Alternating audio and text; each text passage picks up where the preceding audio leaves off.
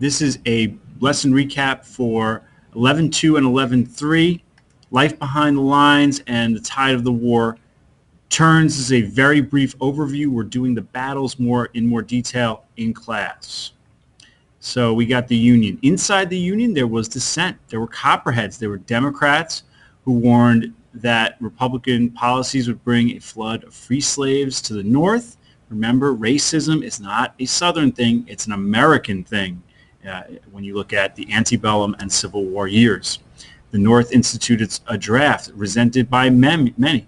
Army shuts down opposition newspapers, so that whole freedom of speech, First Amendment thing going out the window, and we're going to start to look at Lincoln's actions and appraise how well he handled the situation. That very much goes on Lincoln's record, that the Army shut down opposition newspapers.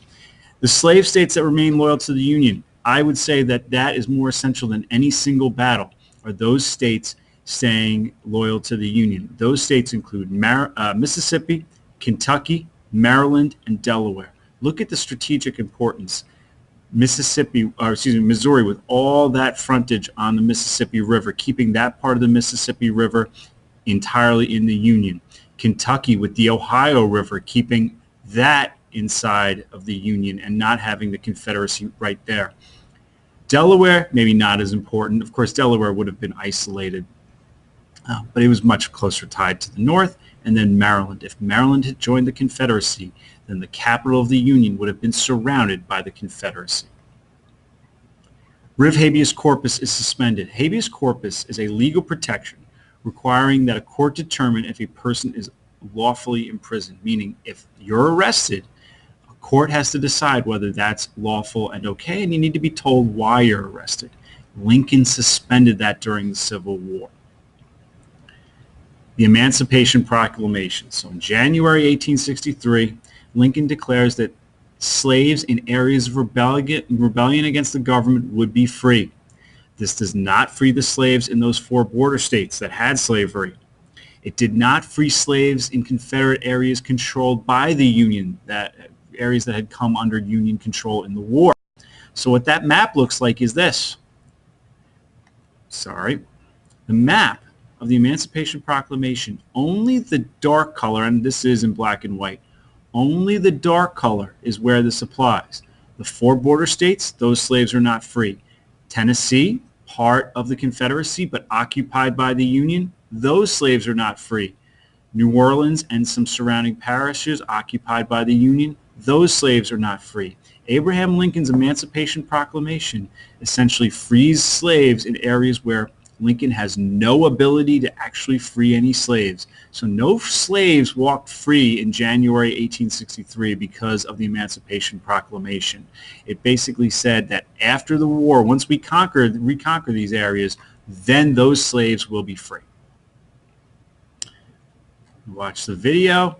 And then we go, one last thing here, AfricanAmerican soldiers. This is very important.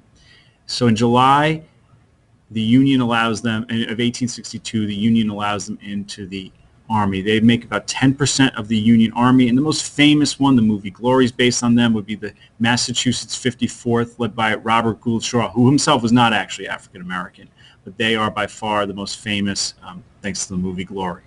All right, tide of the war turns, 1863. You got Vicksburg under Union control. We'll learn more about that in specific in the battles in class. Army of Northern Virginia has been substantially weakened, and Mississippi River is now in Union hands. That's very important. So you get the Gettysburg Address. It's in November 1863. It's a dedication to honor Union soldiers.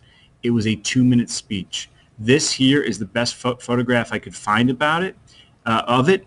Lincoln, you can't even make out Lincoln in that picture. The reason for that is that the photographer was setting up to take a picture of Lincoln. He started setting up at the beginning of the speech. Remember the Lincoln-Douglas debates? They would speak for hours. So he just sets up, he figures, I got plenty of time. And before he set up, and setting up a camera back then was not getting out your phone. It was a big deal. Lincoln is finished with his 2-minute speech well before the camera's ready to go, and that's why we have no picture of him actually delivering it. And then we watch a video It basically reminded people of why we were fighting the war, and it really did rally and inspire people. And with that, that's our 11.2 and 11.3.